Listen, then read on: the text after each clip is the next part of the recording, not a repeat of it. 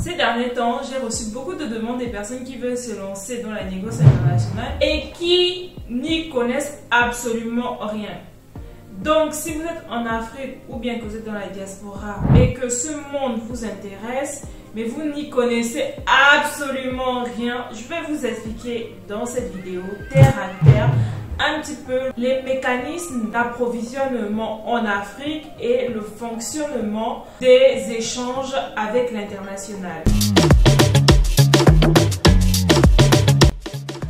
Bonjour à tous et bienvenue sur la Diasponaise. Oui, c'est encore moi, Lomine Guitou, votre coach en stratégie business. Je suis ravie de vous retrouver dans cette nouvelle vidéo. Alors, pour vous qui êtes nouveaux, sachez qu'ici, on parle investissement en Afrique et j'aborde principalement les thématiques liées à l'import-export, au commerce international et à la négoce des matières premières. Je n'aborde pas que ces sujets-là, vous allez voir si vous faites le tour de la chaîne que je vous partage également des idées business et des conseils pour le développement de vos différentes activités entrepreneuriales.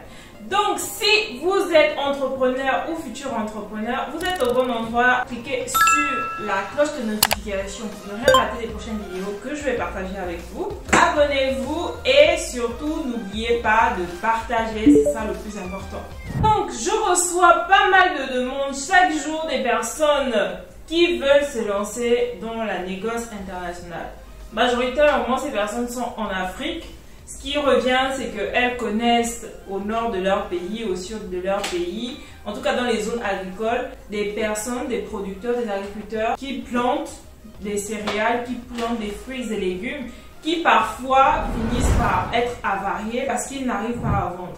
Donc, ces personnes-là me disent que leur objectif, c'est de pouvoir aider ces agriculteurs-là à vendre leurs marchandises à l'export. C'est très bien, c'est une très bonne initiative, mais le problème c'est qu'elles n'y connaissent absolument rien. Et donc, dans cette vidéo, je vais essayer d'être très terre à terre pour vous expliquer simplement comment ça marche. Prenez le temps de vous asseoir pour bien écouter cette vidéo parce que les conseils que je vais vous donner seront très utiles pour déjà comprendre comment ça fonctionne. Parce que si vous voulez vous lancer dans un business, il faut d'abord comprendre comment ça marche.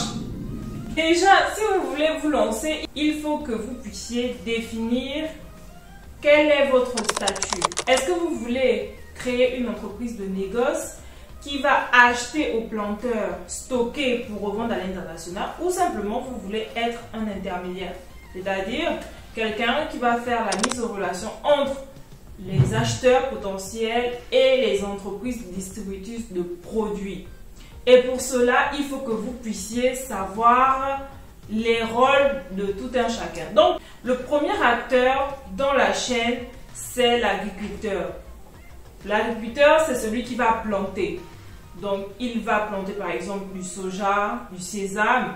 Et ce que vous devez prendre en compte, c'est la saisonnalité. Surtout pour les produits agricoles. Dans cette vidéo, on va vraiment parler de la négoce des produits agricoles qui peut être différente de la négoce des hydrocarbures et des minéraux par exemple. Retenez que la grosse problématique du planteur, c'est de pouvoir vendre ses cultures quand elles arrivent à maturation. Quand c'est la saison de la récolte, il lui faut vendre pour récupérer son investissement parce que lorsqu'il plante, il va engager des frais, ça demande des frais de pouvoir planter. Donc lui, sa grosse problématique, c'est qu'il faut vendre et vendre vite. Pourquoi vendre vite? Parce que ce sont des denrées périssables. Imaginez, vous avez une récolte de 6 tonnes et que vous n'arrivez pas à vendre, toutes les denrées vont pourrir et du coup, c'est tout un investissement qui est à l'eau. Donc ça, c'est vraiment le grand challenge des planteurs. Et c'est pour ça, vous allez voir, si vous ne le savez pas, que certains planteurs préfèrent se faire préfinancés par les grosses entreprises suisses, les grosses entreprises françaises. Pourquoi? Parce qu'ils ne veulent pas assumer le risque commercial. Le fait de se faire préfinancer, c'est de dire que par exemple, si ma récolte va me permettre d'avoir 50 tonnes de piment, quand j'ai les 50 tonnes de piment, j'ai déjà une entreprise qui est là et qui s'engage à pouvoir payer ma marchandise. Mais sauf que faire ce genre de deal n'est pas toujours intéressant parce que ces planteurs-là sont souvent payés en monnaie de singe. C'est-à-dire que l'entreprise va vous dire, oui, je vous préfinance, mais je vous achetez, par exemple, le kilo à 100 francs. Alors qu'en réalité, si lui-même, il décidait de vendre, il aurait pu vendre à 300 francs, à 400 francs, par exemple. Donc, le planteur, généralement, il n'a pas le temps d'aller chercher des clients sur le marché local, régional et même international. Lui, il veut juste vendre. Et c'est pour ça, à ce niveau, il a besoin de travailler avec des intermédiaires. Mais quel intermédiaire? Alors là, c'est là où ça devient intéressant et je vous invite vraiment à vous concentrer. Parce que après cette vidéo, il ne faudra pas venir me poser encore les mêmes questions. Alors, qui sont les intermédiaires? L'entreprise intermédiaire qu'il y a entre le planteur et l'acheteur, c'est l'entreprise de négoce. Cette entreprise-là va venir voir le planteur pour lui dire que bientôt la saison, par exemple, du soja, justement, on est en septembre et c'est bientôt les récoltes du soja. Donc, ces entreprises-là vont aller voir les planteurs. Les planteurs vont donner un prix borchon. C'est quoi le prix borchon? C'est le prix qui est donné à la plantation. C'est-à-dire que l'entreprise de négoce va venir négocier les prix et le planteur va dire: moi, pour tout ce qui est export, je ne connais pas. Moi, ce qui m'intéresse, c'est que tu viennes acheter mes produits. Donc, à ce moment, il y a deux solutions. L'entreprise de négoce va acheter le produit avec l'agriculteur et va stocker dans ses entrepôts pour pouvoir vendre au fil des mois. Parce que, rappelez-vous, je vous ai parlé de la saisonnalité.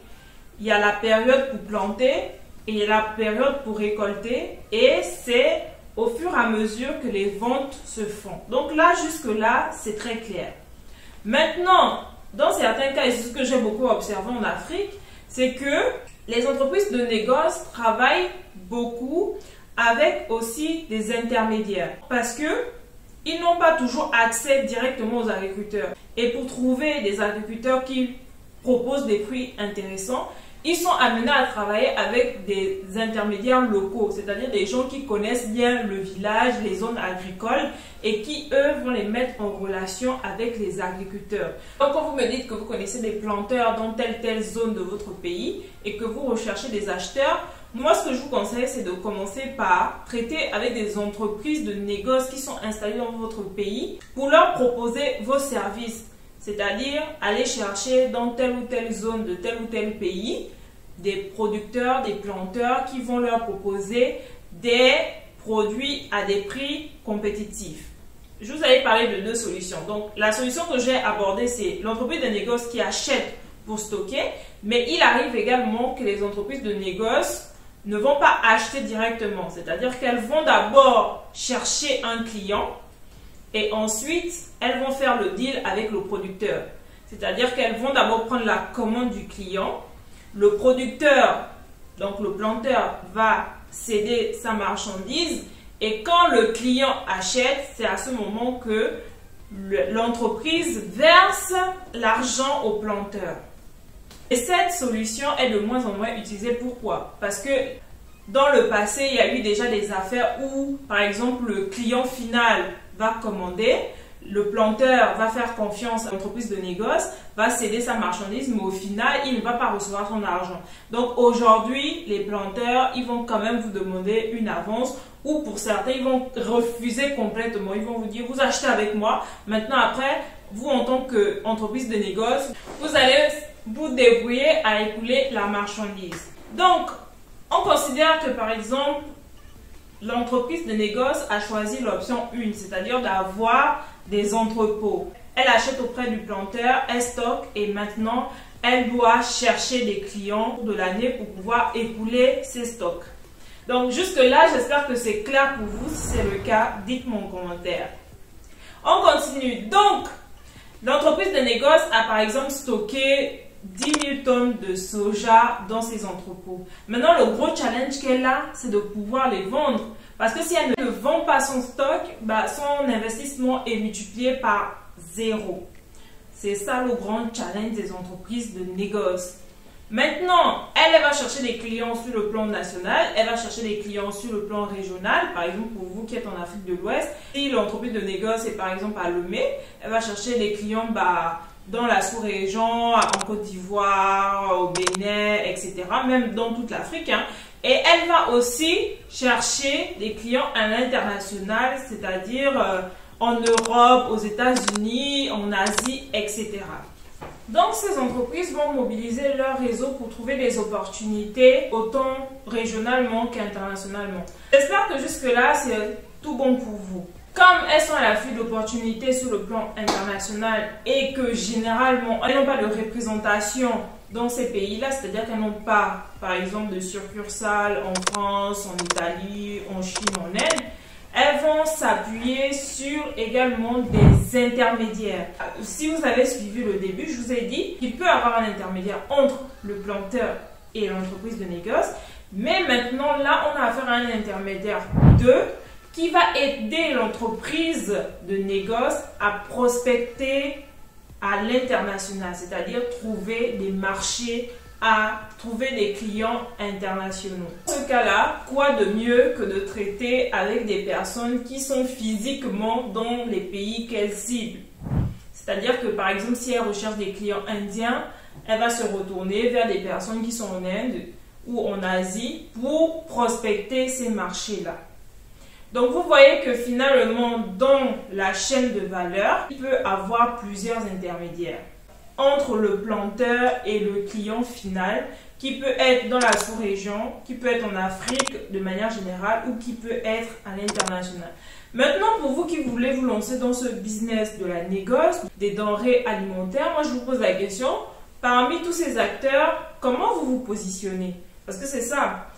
Est-ce qu'aujourd'hui vous avez les finances nécessaires pour vous positionner en tant qu'entreprise de négoce et faire du stock, ou vous souhaitez aider ces entreprises à trouver des producteurs locaux qui vont proposer des tarifs compétitifs? Dans ce cas, vous êtes intermédiaire 1, ou alors vous positionnez vraiment pour aider ces entreprises de négoce qui sont installées dans les pays africains depuis un moment, qui ont fait leurs preuves à pouvoir trouver de nouveaux marchés à l'international en étant intermédiaire 2. En fonction de ce que je vous ai expliqué, en fonction de votre niveau de connaissance, de votre niveau de compétence et bien évidemment en fonction de votre capital, choisissez un statut et concentrez-vous là-dessus. Petit à petit, vous finirez par évoluer. Moi, je vais vous recommander, si vous ne maîtrisez pas encore la négoce, de commencer par être simple intermédiaire pour faire de la mise en relation. Au fur et à mesure que vous serez dans ce secteur-là, vous allez comprendre comment ça marche et vous allez pouvoir gravir les échelons. Donc maintenant, une question qui revient souvent, c'est qui fait le contrat, comment ça se passe et tout.